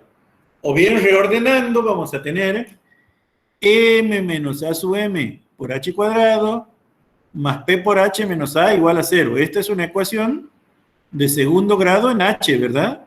H es nuestra única incógnita de esta ecuación. Bueno, la resolvemos como resolvemos las ecuaciones de segundo grado, ¿verdad? Si es una ecuación del tipo AX cuadrado más BX más C igual a 0, como la que hemos visto hace rato en el diseño económico de canales revestidos. De ahí despejamos X, que es menos B, más raíz cuadrada de B cuadrado menos 4C sobre 2A. En nuestro caso vamos a tener H reemplazando los valores de cada uno de estos factores, ¿verdad? Que nos queda esta expresión. Una vez que tenemos H con esta expresión, calculamos B con esta expresión y ya tenemos H y B. Y de esta manera queda resuelto el problema, aunque queda por verificar las restricciones económicas, ¿verdad? Que habíamos visto que existían para canales revestidos, pero para canales sin revestir también existen. ¿Por qué? Porque uno de los costos más importantes es el costo de excavación. Entonces tenemos que ver si el diseño que finalmente nos da el método de la velocidad permisible nos cumple con esa restricción. Si no nos cumple, ¿qué tenemos que hacer? Adoptamos otra velocidad. ¿Cómo la adoptamos? Bajando un poquito la anterior, porque ya no podemos ir por encima de la máxima, pero sí podemos bajarla. Bajamos, repetimos todo el cálculo, verificamos la condición económica y recalculamos hasta que finalmente se nos cumpla la función económica. Este sería el método de la velocidad permisible. Hay otro método parecido a o sea, por principios semejantes, basado no en la velocidad permisible, sino en la fuerza tractiva límite. O sea, la tensión de corte que se desarrolla en el fondo, adoptando para eso un valor en lugar de la velocidad. Un valor en lugar de la velocidad. Entonces, ese método de la fuerza atractiva, no sé si lo han visto en la práctica con Juan Cruz y con Florencia, es similar a y está ahí bien explicado en el libro de Chow. Yo no le voy a desarrollar aquí por ahora porque me importaba más este método de la velocidad permisible. Bueno, esto también lo han visto, creo, si no, lo vemos rápidamente, que hasta ahora hemos venido hablando de un único valor de la rugosidad. ¿Qué es lo que pasa cuando la rugosidad es compuesta? Podemos tener una sección transversal, esto pasa mucho en los cauces naturales, donde hay un cauce principal que tiene, que lo definimos en esta zona, que sería este tubo de corriente central número 1, que va a tener un coeficiente de rugosidad de Manning n sub 1, y va a tener un perímetro mojado P sub 1 y un área transversal A sub 1. Pero sobre los laterales, cuando los cauces tienen planicies de inundación y los ríos vienen crecidos, el agua sale hacia los laterales y circula por la planicie de inundación, donde podemos tener sobre la margen izquierda un coeficiente de rugosidad de n sub 2 con sus respectivas propiedades geométricas, y sobre la margen derecha un coeficiente de rugosidad de n sub 3 con sus respectivas propiedades geométricas. Bueno, hay distintos enfoques, hay una veintena de esos enfoques que han sido clasificados por algunos autores como Chen o Yen, en coautoría con Chen y Yen, que son distintos métodos para estimar un valor del n de Manning ponderado para toda esta sección que tiene n de Manning variable. Ponderando con el perímetro mojado a la 2/3 o con alguna otra cantidad, con las áreas, con las inversas de las áreas. Bueno, hay muchos criterios empíricos para estimar el coeficiente de rugosidad de Manning equivalente para toda la sección compuesta. Pero el que menos error produce y que se adopta en modelos hidráulicos como por ejemplo HEC-RAS es el de las conductancias individuales. Es decir, el caudal global va a ser pero esta misma ecuación también se puede aplicar para los caudales fraccionales que circulan por cada uno de estos 3 tubos de corrientes, ¿verdad? Y con la consigna de que los caudales de los tubos de corriente sumados entre sí nos van a dar el caudal global.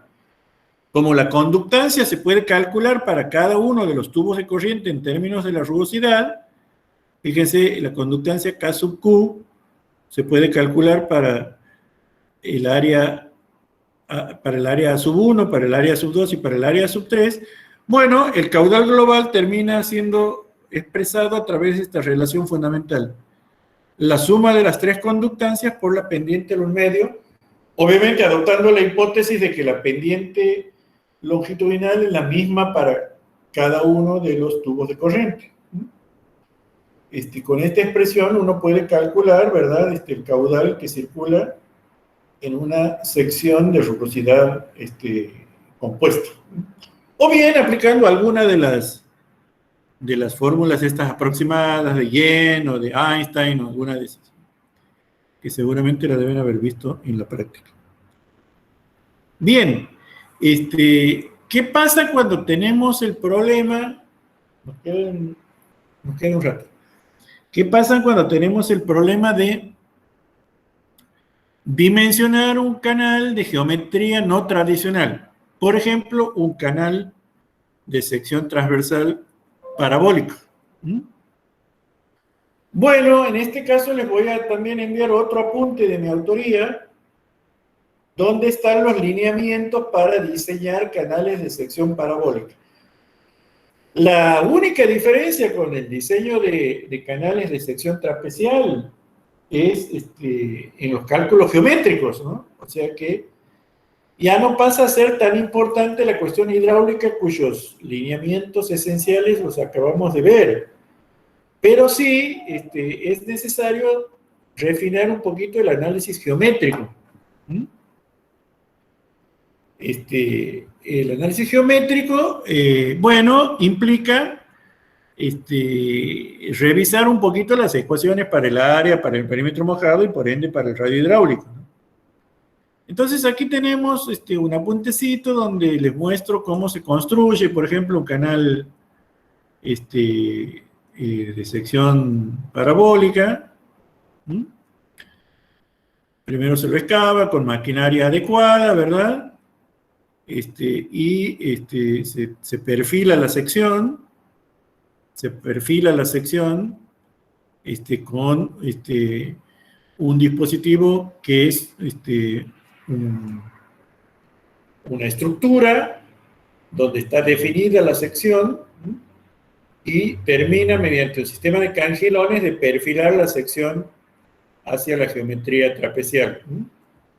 Y finalmente se reviste, en el caso que la sección sea revestida, en este caso de hormigón, se reviste la sección transversal para la forma parabólica. Hay algunos autores que consideran que la forma parabólica es una de las formas estables de los canales y que, bueno, en muchos casos se pueden diseñar canales sin revestir siguiendo la forma parabólica. Este es un canal grande, ¿verdad? Ustedes pueden cobrar una idea de las dimensiones, pues, si toman como elementos de escala a los hombres que están trabajando ahí, los operarios, ¿no? Si alguno de estos señores tiene esto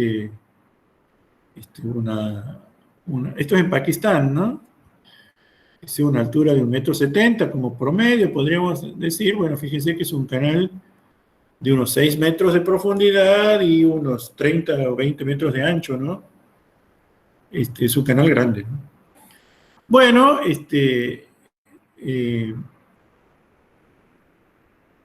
también se pueden usar para hacer canales bien pequeñitos y canales premoldeados de riego, ¿no? Fíjense que aquí tenemos canales premoldeados que se hacen en una planta de hormigón, ¿verdad? Y se los usa para conducir agua a través de los campos cultivados, ¿no? Aquí tenemos otro diseño que va, se excava y se colocan ahí los elementos, ¿sí? Y aquí tenemos otro diseño, ¿no? O sea, canales pequeños en este caso de riego. Bueno, yendo a la parte geométrica, una parábola se define a través de esta ecuación, y igual a por x cuadrado, donde a es el parámetro fundamental de la parábola. El parámetro a define la forma que adopta la parábola. Y llevando a la forma de un canal, h sería el valor de la profundidad máxima del flujo, tirante máximo, y le llamamos θ al ángulo que forma la tangente aquí con la horizontal, donde m sub 0 obviamente va a ser la cotangente de θ, ¿verdad? Que sería la inclinación máxima que puede adquirir lateralmente el canal y que es una propiedad geotécnica del suelo en el que se haga la excavación. ¿Por qué? Porque de ahí para abajo tenemos garantizado que la pendiente transversal va a ser menor. Entonces, en función de las características del suelo, podemos seleccionar el valor de m sub 0. Entonces, digamos, la tangente es 1 sobre m sub 0, o sea, m sub 0 sería la cotangente de este ángulo θ. En x igual a t sobre 2, o sea, en x igual a t sobre 2, la tangente en ese punto, que va a ser la derivada de y con respecto a x, es el valor de m sub 0 o la recíproca de m sub 0. Bueno, Teniendo en cuenta esa restricción ahí en el lateral, aplicamos los valores de la ecuación de la parábola en esas coordenadas, y a partir de ahí podemos establecer una relación entre el parámetro A y las dimensiones del canal, concretamente entre M sub 0 y H, que sería esta expresión que aparece aquí. O entre el parámetro A, el tirante, y el ancho de superficial, que sería esta expresión que aparece aquí. A las propiedades las calculamos por integración, ¿verdad?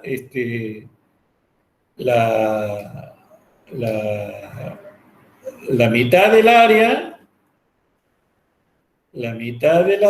¿verdad? O sea, A sobre 2 va a ser el área de este rectángulo menos el área que aparece aquí debajo de la curva en blanco, que se calcula por el concepto de integral definida. ¿Se acuerdan? La integral definida de esta curva entre este límite y este límite, se calcula por de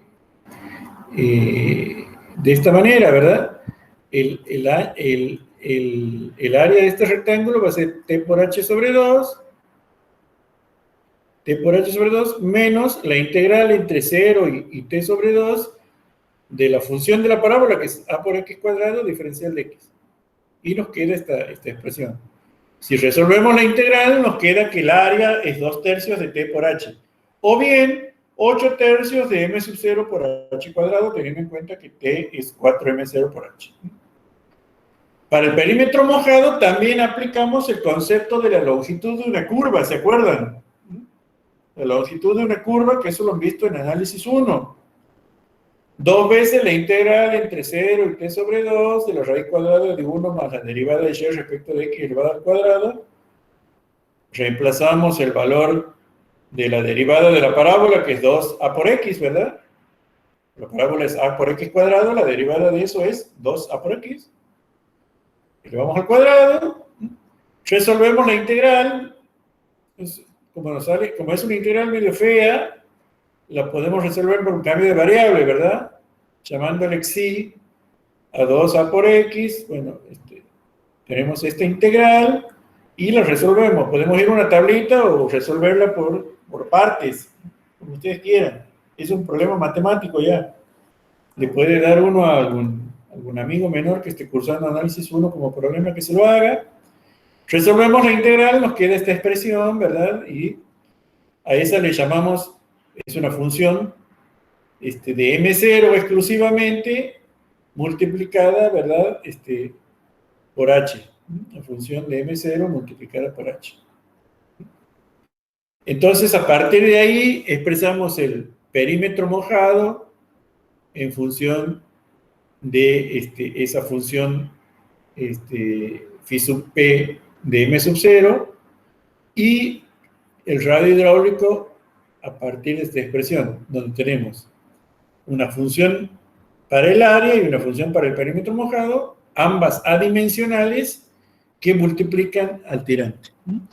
Estas dos funciones son las funciones básicas que vamos a utilizar, y como ustedes ven son medio feitas, ¿verdad? Porque aparece aquí un logaritmo, aparecen muchas raíces y demás, pero no cuesta nada hacer un Excelito para poder calcular, porque lo hacemos una única vez y después ya nos queda para toda la vida.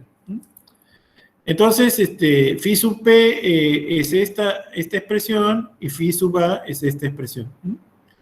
Entonces, aquí ya tenemos resuelto el problema geométrico. Ahora vamos al tema hidráulico. Aplicamos la fórmula de Manning y nos queda que este factor de sección, que sería A por R a la 2/3 o A a la 5/3 por P a la menos 2/3, se puede expresar a través de las funciones geométricas previas, con lo cual nos queda esta expresión, que se puede expresar en forma aproximada mediante esta relación.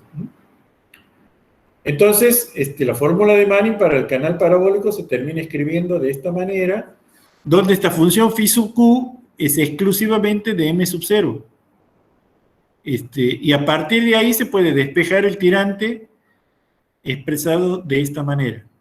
Con los valores de H y M0 se puede calcular T y ya tenemos todos los elementos para hacer el diseño. ¿Cómo hacemos el diseño? Bueno, como casi todo recae en M0, que sería el valor de la inclinación del talud máxima ahí en el borde del canal, en la superficie libre, tenemos que escoger ese valor de M0 en función del tipo de suelo. Para eso utilizamos una tablita como esta. Tipo de suelo, el valor de M0, y ya tenemos el M0. Entonces el procedimiento se resume en estos 9 pasos. Con el dato de M0 que hemos extractado de la tablita anterior, o alguna similar, hay algunos autores que ofrecen otras tablitas más completas que esta. Esta es una tablita muy sencilla, pero bueno, la podemos usar.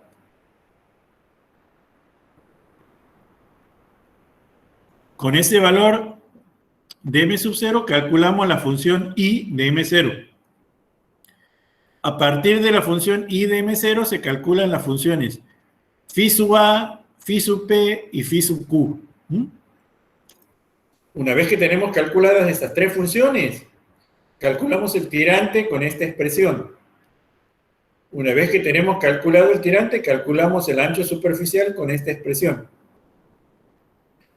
Como ya tenemos previamente calculadas las funciones, calculamos el área y el perímetro mojado y finalmente calculamos la velocidad media del flujo, que es Q sobre A. Entonces ahí vamos y verificamos que esa velocidad sea menor que la velocidad límite o la velocidad admisible para el material en el que se construye el canal, que lo tenemos en las tablitas de Fortier y Scoville que habíamos visto antes.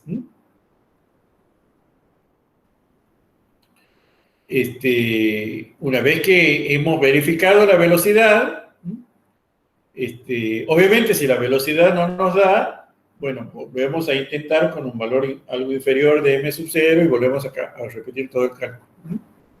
Una vez que hemos verificado que la velocidad sea menor que la velocidad admisible, calculamos el parámetro A de la parábola y procedemos a dibujar el perfil transversal construyendo la parábola con su ecuación. Y igual a A por X cuadrado.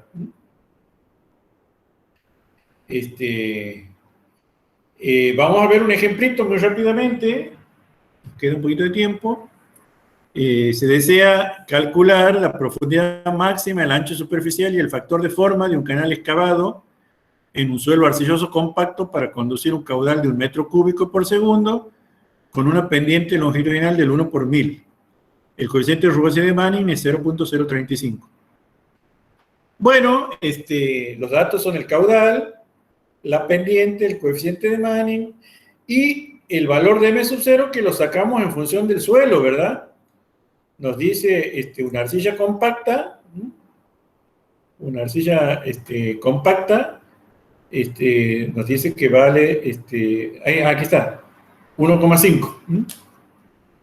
Entonces, el valor de M0 es 1,5. Y las incógnitas son el tirante, el ancho superficial y el parámetro de la parábola. Entonces, con el valor de M0 calculamos la función I de M0 que responde a esta expresión. Reemplazamos M0, que es la única variable aquí, y nos da 1,4264. Con el valor de I, calculamos las 3 funciones estas, phi sub A, phi sub P y phi sub Q, que la teníamos aquí arriba, ¿verdad? Las teníamos aquí, ¿verdad? Phi sub P, phi sub A y phi sub Q.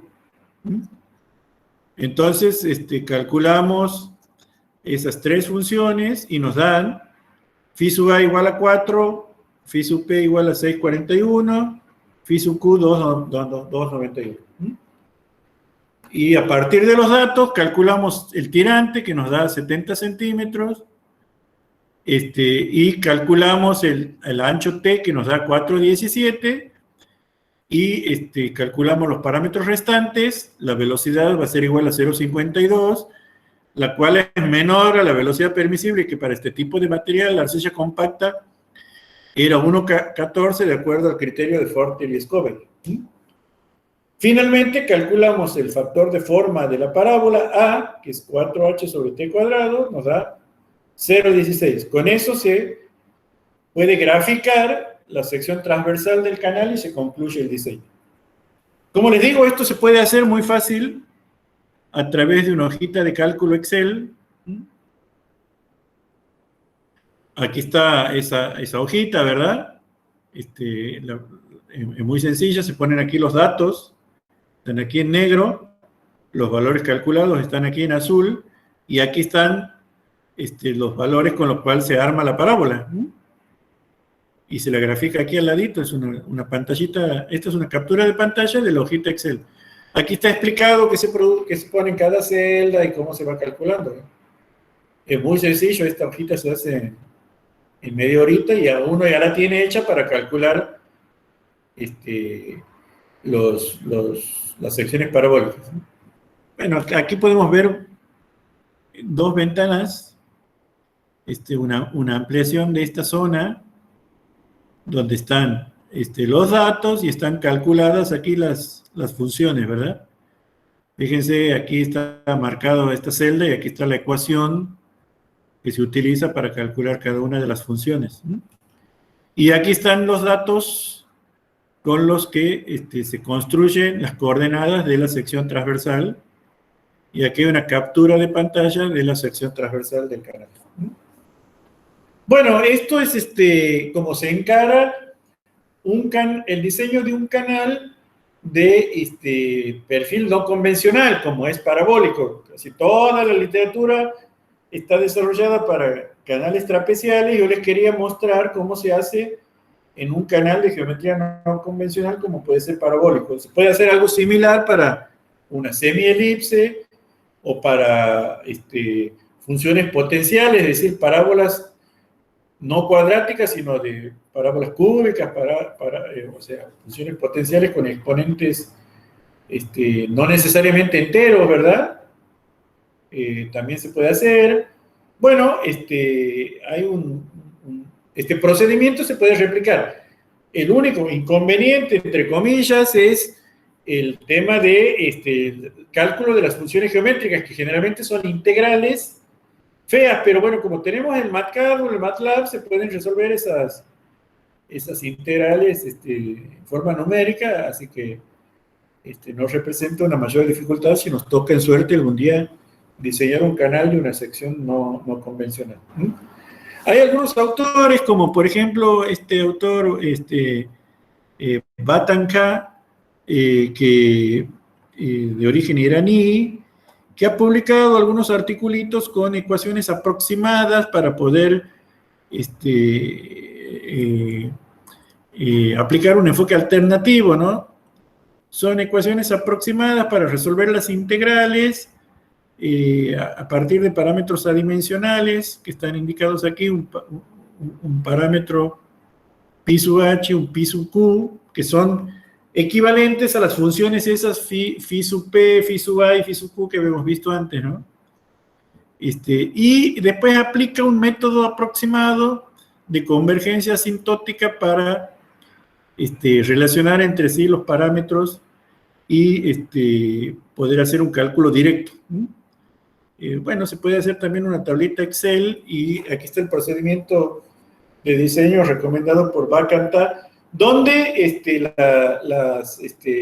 estas ecuaciones producen un error muy pequeñito, del orden de 0,07% respecto a la solución exacta, ¿no? Pero bueno, son a los efectos de poder hacer un cálculo alternativo, ¿no? Uno puede hacer dos planillitas Excel o en distintas lengüetas del Excel y verificar cuánto da el diseño por el método que yo les he propuesto y cuánto da con las ecuaciones de Bacanta o algún otro autor. Así que, bueno, hasta aquí llegamos. No sé si tienen alguna duda, alguna consulta. Yo les voy a mandar la presentación y los dos apuntes. El cálculo económico de canales revestidos y el cálculo de canales de sección parabólica.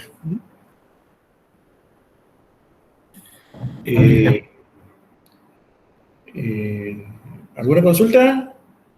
Todos manejan Excel, ¿verdad? Sí, Inge. Como les digo, esto está enfocado con Excel, pero también se puede hacer sin ningún problema con MATCAD o con MATLAB, ¿no? O sea, inclusive también hay algunas aplicaciones móviles que tienen las ecuaciones para calcular secciones parabólicas, ¿no? Algunas de las que les he mostrado. Así que, bueno, pueden usar cualquiera de esas alternativas de diseño. ¿Estamos? Sí, Inge, gracias. A ver, aquí alguien ha puesto... Bueno, les envío este material y nos vemos la clase que viene. Que tengan buenas tardes. Chao, Inge. Chao, Inge, hasta luego. Hasta luego. Chao, Inge. Chao, Inge, nos vemos.